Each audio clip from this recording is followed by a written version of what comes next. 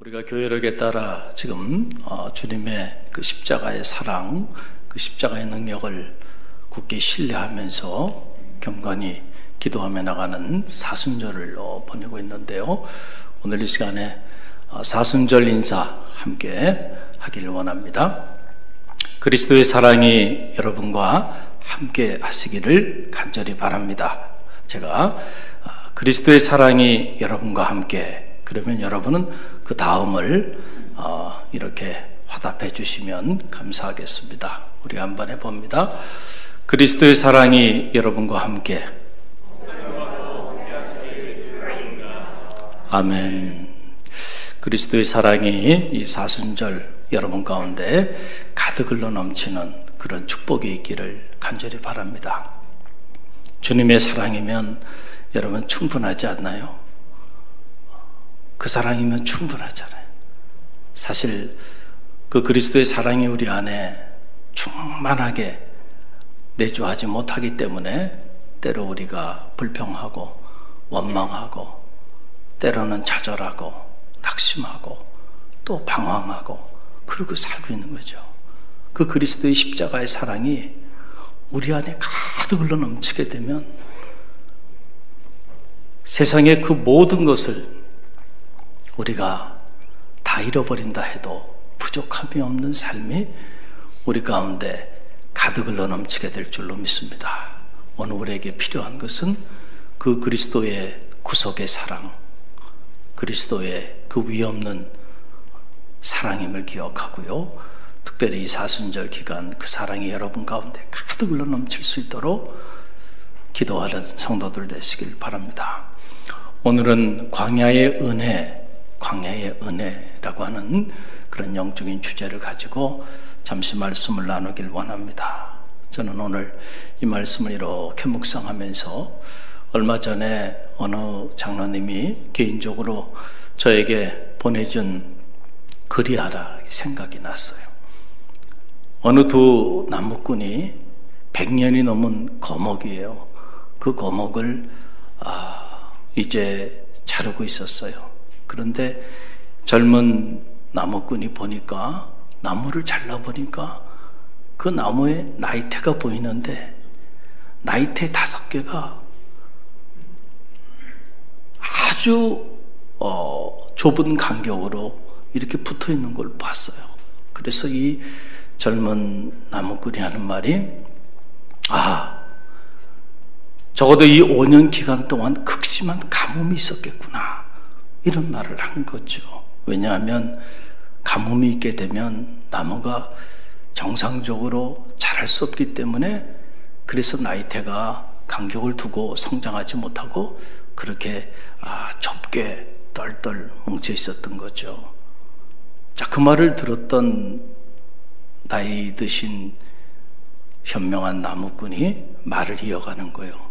그러면서 하는 말이 이런 말을 하는 거예요.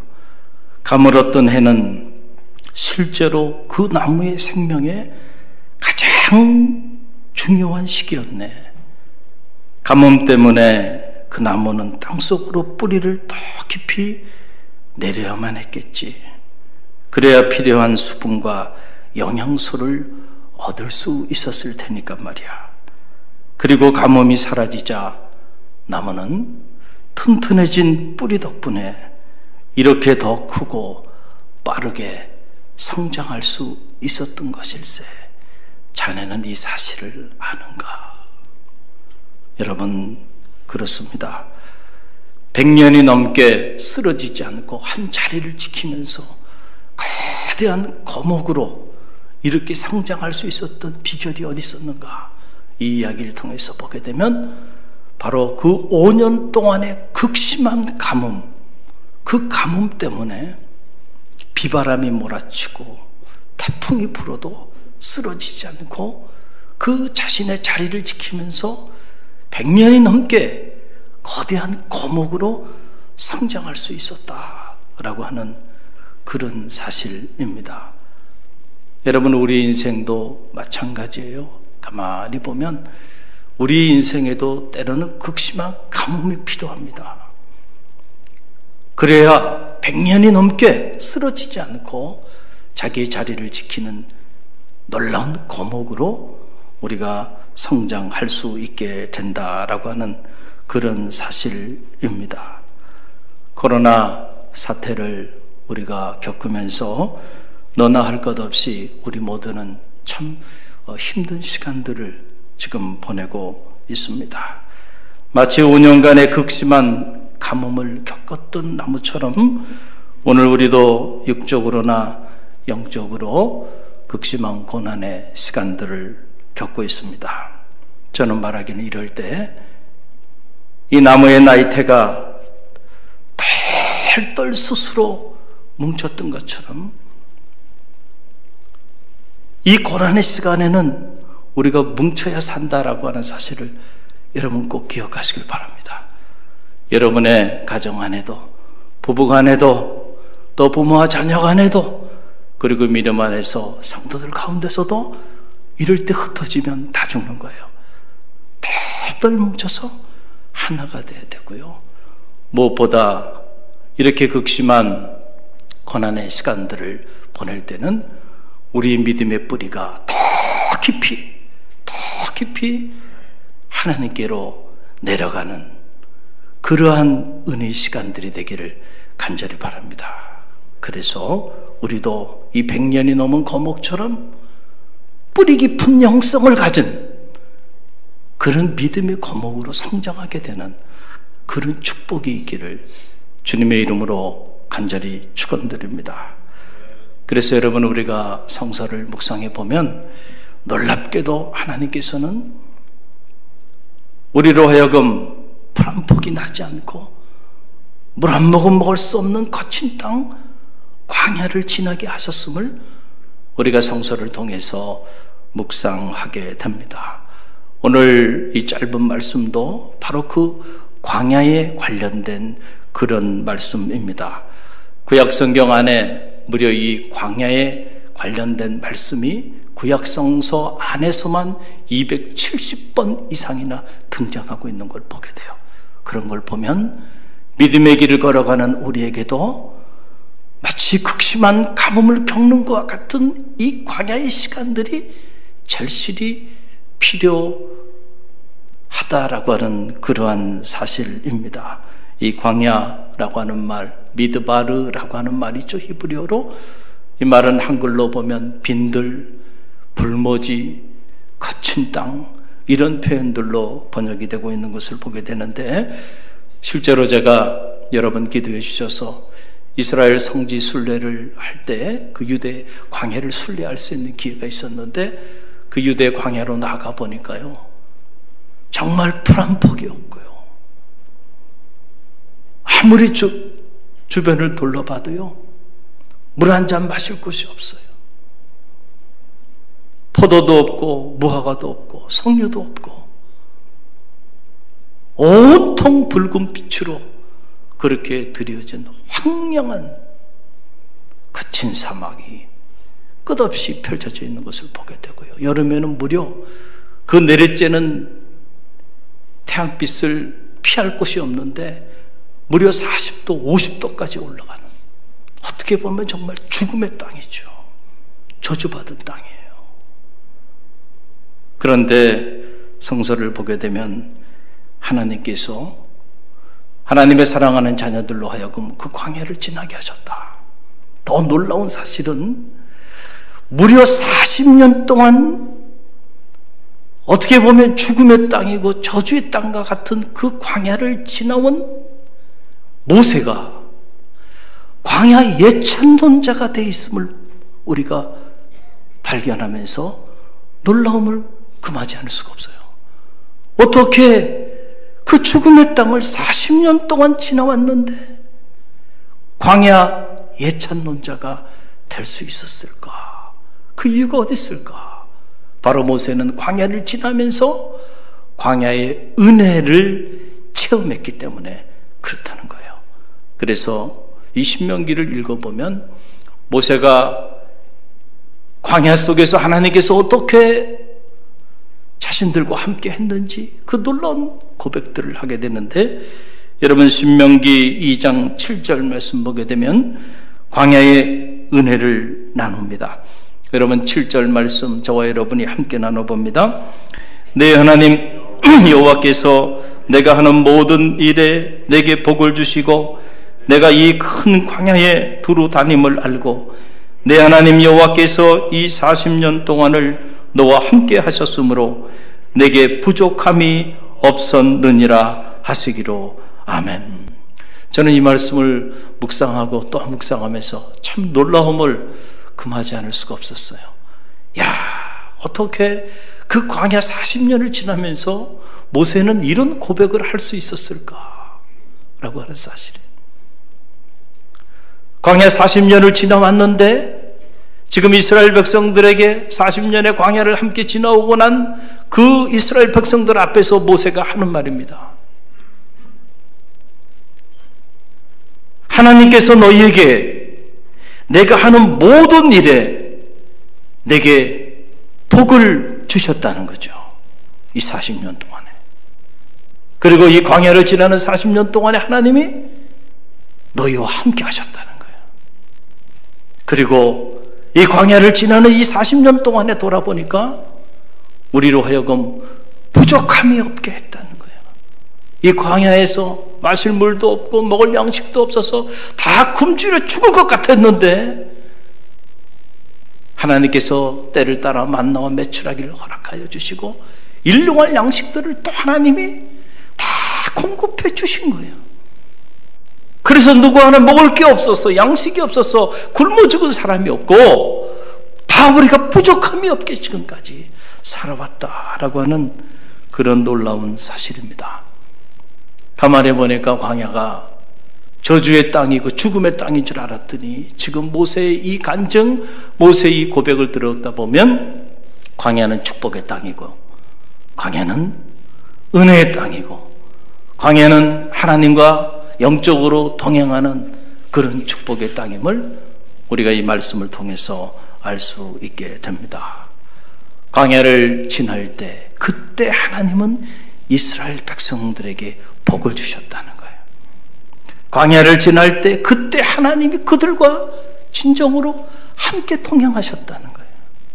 광야를 지날 때 그때 하나님이 그들에게 부족함이 없는 삶을 살게 하셨다는 거예요. 할렐루야. 광야가 오늘 우리에게 주는 축복이고 은혜입니다. 오늘 말씀해 보게 되면 그 광야의 은혜가 좀 더 구체적으로 나타나 있는 것을 보게 돼요. 두 가지 광야의 은혜를 오늘 말씀을 통해서 우리가 깨닫게 됩니다. 하나는 우리를 훈련시키는 은혜예요. 무슨 은혜라고요? 우리를 훈련시키는 은혜가 있다. 여러분 2절 말씀이죠. 함께 읽어봅니다. 내 하나님 여호와께서 이 40년 동안에 내게 광야 길을 걷게 하신 것을 기억하라. 이는 너를 낮추시며 너를 시험하사 내 마음이 어떠한지 그 명령을 지키는지 지키지 않는지 알려 하심이라. 아멘. 왜 하나님이 이스라엘 백성들로 하여금 이 거친 땅, 죽음의 땅, 어떻게 보면 저주받은 땅과 같은 광야를 지나게 하셨을까? 하나님의 분명한 목적이 있었다는 거예요. 이걸 요즘 젊은이들의 말대로 표현하자면 하나님은 다 계획이 있었어요. 우리가 몰랐을 뿐이에요. 우리가 깨닫지 못했을 뿐입니다. 그래서 때로 광야를 지나면서 불평하고 광야를 지나면서 원망하고 광야를 지나면서 낙심하고 광야 때문에 좌절하고 절망하기도 했던 거예요. 하나님이 이스라엘 백성들로 하여금 광야를 지나게 하신 데는 목적이 있었다. 그 아름다운 목적이 바로 뭡니까? 하나님께서 이스라엘 백성들을 훈련시키기 위하여 그런 선한 목적을 가지고 하나님이 그들로 하여금 광야 40년의 시간들을 갖게 하셨다는 거예요. 어떤 훈련을 하나님이 시키길 원했는가? 오늘 이 2절 짧은 말씀 속에 분명한 목적이 선명하게 나타나고 있죠. 바로 뭐예요? 너를 낮추시기 위하여 시험하신 거다는 거예요. 뭐 하기 위하여 시험했다고요? 낮추기 위하여 시험했다라고 하는 거예요. 여러분, 우리가 믿음의 길을 걸어가면서 가만히 보세요. 정말 가장 무서운 최대의 적이 어디 있나요? 어디 먼 곳에 있는 것이 아니에요. 내가 바로 믿음의 길을 걸어가는 데 있어서 가장 무서운 적이 되고 있다는 사실이에요. 내 안에 뭔가 이 꿈틀거리는 것들이 있죠. 그게 뭔가요? 우리는 조금만 평안하고 조금만 풍요롭고 조금만 자유로워지면요, 금방 우리 안에서 꿈틀꿈틀거리는 것들이 막 올라와요. 그게 바로 뭔가요? 교만이에요. 교만. 사람이 몸이 아프면요, 가장 먼저 변화되는 것 중에 하나가 바로 뭐냐면 겸손해집니다. 너나 할 것 없이 겸손해져요. 그래서 병원 신방을 가보면 환자복을 입고 병원에 입원해 있는 분들 쳐놓고 제가 교만한 눈빛을 본 적이 없어요. 평소에 좀 겸손하지 못했던 분들도 수술을 앞두고 있거나 큰 병으로 병원에 입원해서 환자복을 입고 병실에 누워 계실 때는요, 그렇게 겸손할 수가 없어요. 근데 몸이 건강하잖아요. 그러면은 그 건강한 몸 가지고 그렇게 겸손하게 살아가면 좋을 텐데, 사람이 몸이 건강하고 부족함이 없어지면요, 그때부터 교만해지기 시작해. 그래서 그 건강한 몸 가지고요, 하나님께 영광을 돌리는 삶을 살면 참 좋을 텐데 그렇지 못해요. 사업을 하다가 어려워지고 사업을 하다가 파산해서 길바닥에 내앉는 이런 안타까운 상황에 처해지게 되면요, 누구나 다 겸손해집니다. 그런데 사업이 막 승승장구하는 거예요. 그때부터 교만해지기 시작하는 거예요. 보이는 게 없어지는 거예요. 여러분, 한번 생각을 한번 해보세요. 430년 동안 이집트의 그 무신론적인 세속의 문화 속에서 살아봤던 사람들이에요. 이 사람들을 출애굽시키셔서 바로 꿀과 젖이 흐르는 그 가나안 축복의 땅으로 바로 인도했다고 한다면, 과연 이스라엘 백성들이 하나님의 성민으로서 성민다운 삶을 살 수 있었을까요? 절대 그런 일은 일어나지 않았을 것이다. 아마 짧은 순간 그 자유의 땅, 축복의 땅 앞에서 하나님 앞에 감사했겠죠. 그러나 유효기간이 길지 못해요. 한순간에 그 풍요의 땅에서, 부족함이 없는 그 풍요를 누리면서 한순간에 마음이 교만해지기 시작하면서 더 이상 하나님을 필요로 하지 않는다는 거예요. 자기의 기호를 따라, 자기 우상을 따라 그렇게 살아가게 될 것이 눈보듯이 뻔한 거예요. 그래서 하나님은 이스라엘 백성들을 훈련시킬 필요가 있었던 것이죠. 하나님의 성민으로 그들을 연단시키시기 위해서 광야의 길을 걸어가게 하셨다.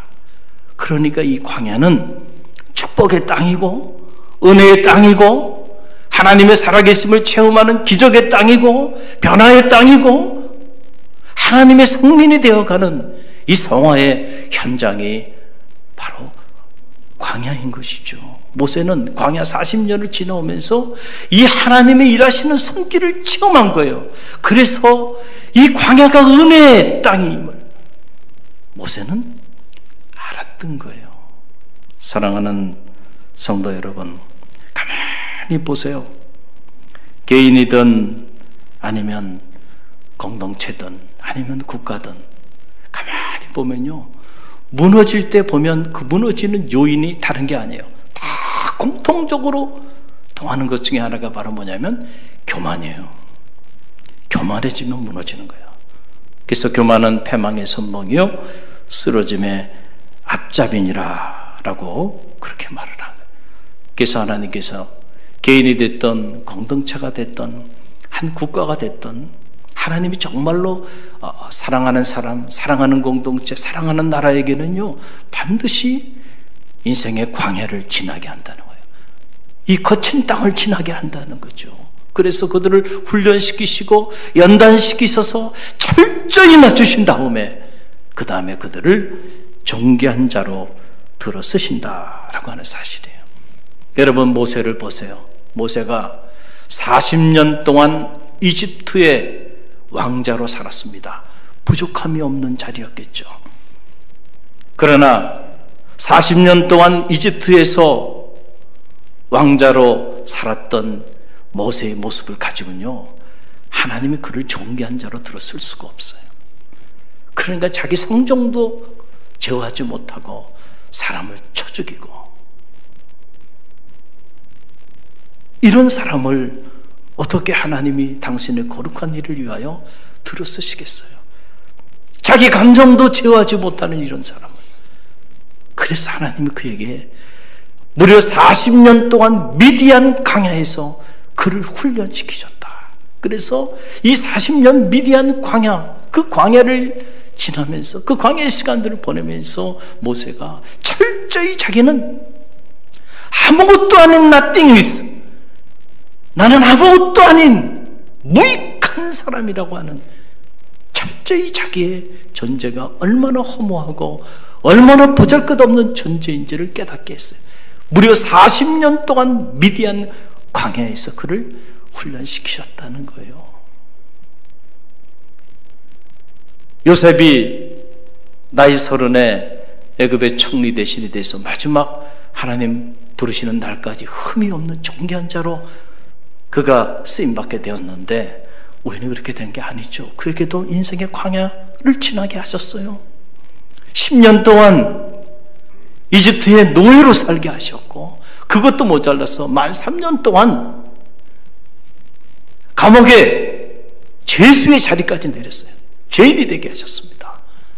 인생의 마지막 밑바닥까지 그 고통의 시간의 자리에까지 철저히 낮추셨다는 거예요. 노예로 10년 살았어요. 죄수로 13,000 살았어요. 그게 자연인으로서의 요셉의 모습이에요. 자연인으로서 요셉의 한계입니다. 사람이 채색 옷을 벗기고 사람이 나를 모함하면 감옥에도 가고 노예로도 팔려갈 수밖에 없는 존재예요. 그래서 철저히 낮아진 그 요셉, 그때 하나님께서 그를 한순간에 들으셔서 위대한 하나님의 사람으로 들어쓰신 거예요. 할렐루야. 다윗을 보세요. 어느 날 갑자기 통일 왕국 시대를 이루나요? 기름 부음을 받고도 그 수많은 20여 년의 세월을 도망자로 살면서 살기 위해서 이방왕 앞에 침을 흘리며 미친 사람 흉내까지 내는 인생의 그 밑바닥까지 내리십니다. 철저히 낮추십니다. 그 광야의 시간들을 통하여 다윗을 훈련시키시고, 그리고 그를 때가 되매 들어 사용하셨다라고 하는 그런 사실이죠. 이런 광야의 시간들을 통하여 철저히 자기를 낮추고 또 낮추고 또 낮췄을 때 하나님이 그들을 들어서 존귀한 자들로 들어 사용하여 주신 거예요. 여러분 어떻게 생각해 보면 이 코로나의 시간들이 우리를 더욱 낮추시기 위해서 하나님께서 우리에게 허락하신 광야의 시간일 수도 있다라는 그런 생각을 갖게 됩니다. 그동안 우리가 얼마나 교만하게 살아왔나요? 우리를 낮추시기 위해서 우리에게 어떻게 보면 이 코로나 광야의 시간들을 오늘 지나게 하고 계신데, 이때는 우리가 불평하거나 원망하거나 낙심하거나 좌절하거나 절망할 때가 아니고요, 철저히 하나님 앞에서 우리 자신을 낮출 때임을 기억하시길 바랍니다. 그럴 때 여러분을 통하여 하나님께서 정교하게 들어 사용하여 주시는 축복이 여러분 가운데 나뉘어질 줄로 믿습니다. 또 하나 광야의 은혜는 무엇입니까? 여러분, 그것은 말씀의 은혜입니다. 한번 따라해보세요. 말씀의 은혜. 말씀의 은혜가 있다는 거예요. 이 광야라고 하는 말, 미드바르라고 하는 말이라고 말씀을 드렸잖아요. 그런데 말하다, speak 이라고 하는 말은 다바르라고 하는 말인데, 이 다바르라고 하는 말과 미드바르라고 하는 말은 어원이 같은 어원이에요. 어원이 같다고 하는 말은 같은 뜻에서 나왔다라고 하는 그런 말이죠. 그러니까 말하다라고 하는 말과 광야라고 하는 말은 같은 뜻이에요. 이 말은 무슨 말이냐면 광야에서 말씀하신다라고 하는 뜻이에요. 그러니까 광야는 하나님이 말씀하시는 것이고 우리가 그 하나님의 말씀을 듣는 장소가 어디예요? 광야예요. 그래서 우리가 하나님의 음성을 정말 듣기를 원한다고 한다면 우리는 스스로 광야로 나가야 된다는 거죠.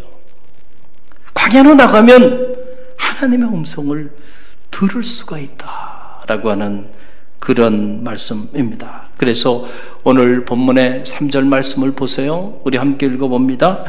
너를 낮추시며 너를 줄이게 하시며 또 너도 알지 못하며 내 조상들도 알지 못하던 만나를 내게 먹이신 것은 사람이 떡으로만 사는 것이 아니요 여호와의 입에서 나오는 모든 말씀으로 사는 줄을 내가 알게 하려 하심이라. 아멘. 자, 이 말씀 보게 되면 왜 광야를 지나게 하셨는지 그 궁극적 목적이 어디 있는지를 알 수 있어요. 그 궁극적 목적이 뭡니까? 사람이 떡으로만 사는 것이 아니고 하나님의 입으로 나오는 모든 말씀으로 사는 존재임을 알게 하기 위하여 광야를 지나게 하셨다라고 하는 그런 사실입니다. 우리 중에 누구도요 인생의 광야를 지나지 않고서는요 하나님의 말씀을 인격적으로 만날 수가 없어요. 우리가 말씀을 로고스라고 말을 해요. 그런데 이 로고스인 하나님의 말씀이 어느 날 갑자기 우리의 가슴 속에 파고 들어오면서 내 전 존재가 이 말씀 앞에 완전히 복종하게 되는 그런 엄청난 영적인 체험을 하게 돼요. 그때 그 말씀을 우리는 레마라고 말을 해요. 로고스의 말씀이 아무리 풍성하면 뭐합니까? 이 말씀이 내 삶을 변화시키는 동력이 되지 못하고 내가 그 말씀 앞에 철저히 복종하지 못하고 그 말씀의 능력을 체험하지 못하고 살아간다고 한다면 아무 소용이 없는 거예요. 그러나 하나님은 말씀을 통하여 우리를 만나주세요. 그래서 이 한마디의 말씀 때문에 인생이 완전히 뒤집어지거나 이 한마디의 말씀 때문에 무너졌던 인생이 다시 세워지는 놀라운 영적인 체험들을 수많은 능력 있는 그리스도인들이 오늘도 체험하며 살아가고 있는 것이죠. 이런 레마로서의 생명의 말씀을 체험할 수 있는 영적인 공간이 어딘가, 그것이 바로 광야라고 하는 거죠. 광야에서 하나님 말씀하시고 그 광야에서 우리가 그런 놀라운 하나님의 말씀의 능력을 체험하게 되는 거예요. 그래서 우리가 떡으로 살아가는 줄 알았어요. 경제적인 인간이라고 하는 거죠. 경제적인 문제만 해결되면 모든 문제가 다 해결될 거라고 생각하는 경제인들의 사고처럼, 그러나 우리는 다르게 살아가는 사람들이에요. 빵만 있다고 그거로만 살아갈 수 있는 인생이 아니에요.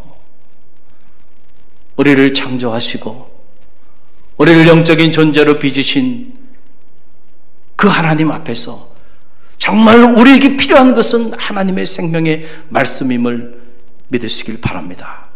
그것이 우리 육체를 강건케 하고 우리의 정신을 건강케 하고 우리의 영혼을 날마다 새롭게 하는 능력이 거기서 나오는 거예요. 그래서 정말로 필요한 것은 무엇일까? 하나님의 말씀임을 믿으시기 바랍니다. 광야에서 이걸 체험한 거예요. 모세가 왜 너희에게 광야를 지나면서 만나를 주셨는지 아느냐? 깨닫게 하기 위함이다. 사람이 떡으로만 사는 존재가 아니고 하나님 입에서 나오는 모든 말씀으로 사는 존재임을 깨닫게 하기 위하여 너희에게 만나를 하나님이 주신 거야. 너희는 알고 있느냐? 라고 하는 그러한 이야기입니다.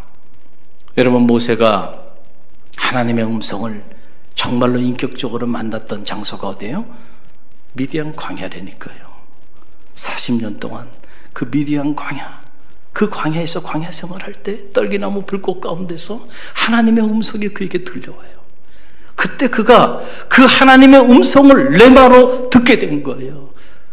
그래서 모세가 진정한 의미의 때가 되니까 사명자로 이스라엘 민족을 영도하는 위대한 지도자가 될 수 있었던 거예요. 그전에는 하나님의 음성이 들려오질 않았어요. 놀라운 일이 아닐 수가 없죠. 다른 역시 마찬가지 아니에요?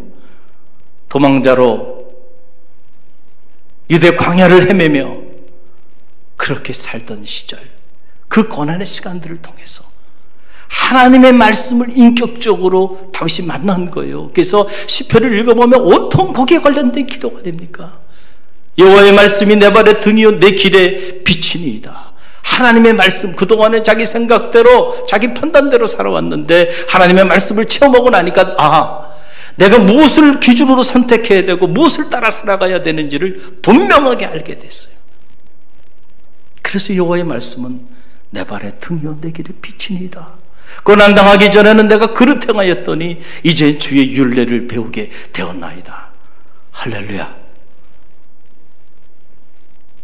광야를 지나면서 그 거친 땅을 지나면서 그 죽음의 사지 속에 던져져 있었을 때 그때 다 잃어버린 것 같았지만은 그러나 정말로 그 이전에 취하지 못하고 경험하지 못했던 하나님의 음성을 다윗이 듣게 된 거예요.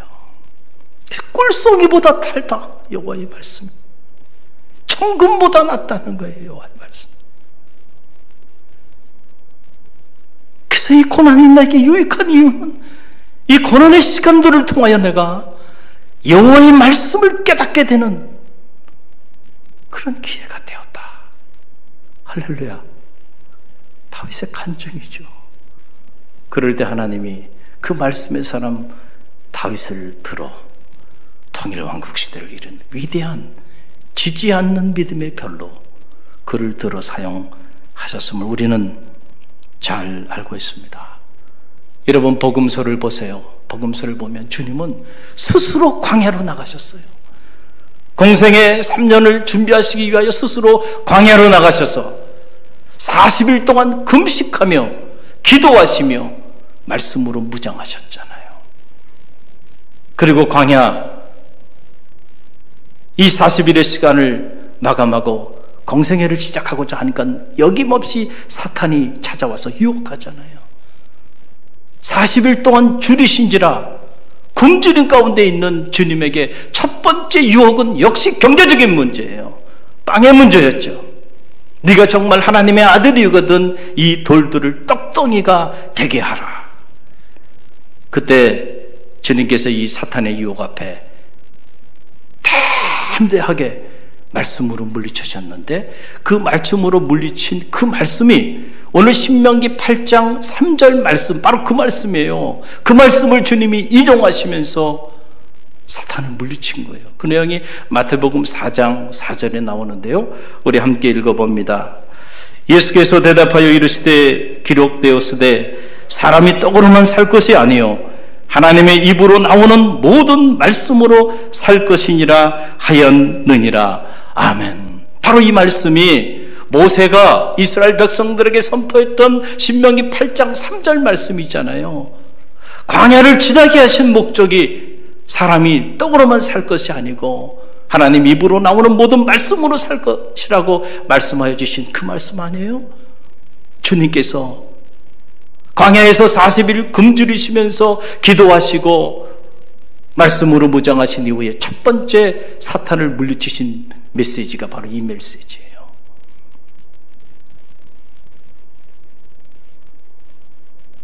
말씀의 능력이 떡의 능력보다 더 놀랍다는 사실을 깨닫고 체험하는 현장이 광야야, 광야. 저는 말하기는 여러분에게도 이 영적인 체험이 있기를 간절히 바랍니다. 장기화된 코로나 사태로 우리 모두는 정말 너무도 힘든 시간들을 보내고 있습니다. 어찌 보면 오늘 우리 모두는 이 거친 땅 광야를 지나고 있습니다. 육적인 눈으로 보면 불평하고 원망할 일들밖에 보이지 않아요. 낙심이 되고 때로는 불안하기도 하고 때로는 두렵기도 하고 때로는 답답하기도 한 것이 사실입니다. 그러나 우리가 영적인 눈을 떠서 보면 지금 오늘 이 거친 땅 광야를 지나는 이 위기의 시간들이 광야의 은혜를 체험할 축복의 시간들임을 여러분 꼭 기억하시기를 간절히 바랍니다. 왜 하나님이 우리 모두를 이렇게 다 흩으시고 이렇게 우리 모두의 입을 마스크로 이렇게 다 막으셨을까요? 우리로 하여금 철저히 우리를 낮추시기 위함이고 또 하나는 이제는 그만 말하라는 거예요. 너희들은 이제 그만 말하고 깊은 침묵 속에서 이제 너희를 향한 하나님의 음성을 들으라는 거죠. 광야의 침묵이 여러분 가운데 있기를 간절히 바랍니다. 세상의 소리, 사람의 소리, 이 문명의 소리가 얼마나 요란하고 얼마나 화려해요. 그러다 보니까 우리도 모르는 사이에 온갖 우리의 눈과 귀는 온통 세상의 소리, 사람의 소리에 귀를 기울이고 그것에 민감하게 반응하면서 그것을 따라 살아왔어요. 정말로 들어야 하는 나를 향한 주님의 음성이 있는데, 나를 향한 하나님의 음성이 있는데, 우리 가정을 향한, 우리 교회를 향한, 이 나라와 이 민족을 향한 하나님의 음성이 있는데 정작 그 음성이 뭔지 듣지 못하고 우리가 살아온 것이 사실이에요. 저는 바라기는 이 힘든 코로나 광야를 지나면서 여러분 자신을 향한 하나님의 음성을 듣게 되는 그런 축복이, 그런 은혜가 여러분 가운데 있기를 간절히 바랍니다. 그래서 모세처럼 광야의 은혜를 간증하고 광야의 은혜를 선포할 수 있는 그런 능력 있는 그리스도인들이 다 되시기를 주님의 이름으로 간절히 축원드립니다. 감사하게도 갈릴리 교회 안에서는 근본 코로나 사태를 겪으면서 이런저런 아름다운 영적인 변화들이 소위 없이 일어나고 있어요. 참 담임 목사로서 저는 감사하기도 하고 또 마음에 감동이 되기도 해요. 소리 없이 자발적으로 이렇게 소그룹으로 온라인으로 모임을 가지면서 하루에 말씀을 5장씩 그렇게 통독을 하고 그 통독한 내용을 녹음을 해서 서로 체크업하고 영적으로 말씀을 붙잡고 나아갈 수 있도록 이런 영적인 아름다운 교제들이 근본 코로나 사태를 겪으면서 우리 교회 안에 소리 없이 그런 소모임들이 이렇게 확산이 되고 있어요. 참 놀라운 일이에요. 감사한 일입니다.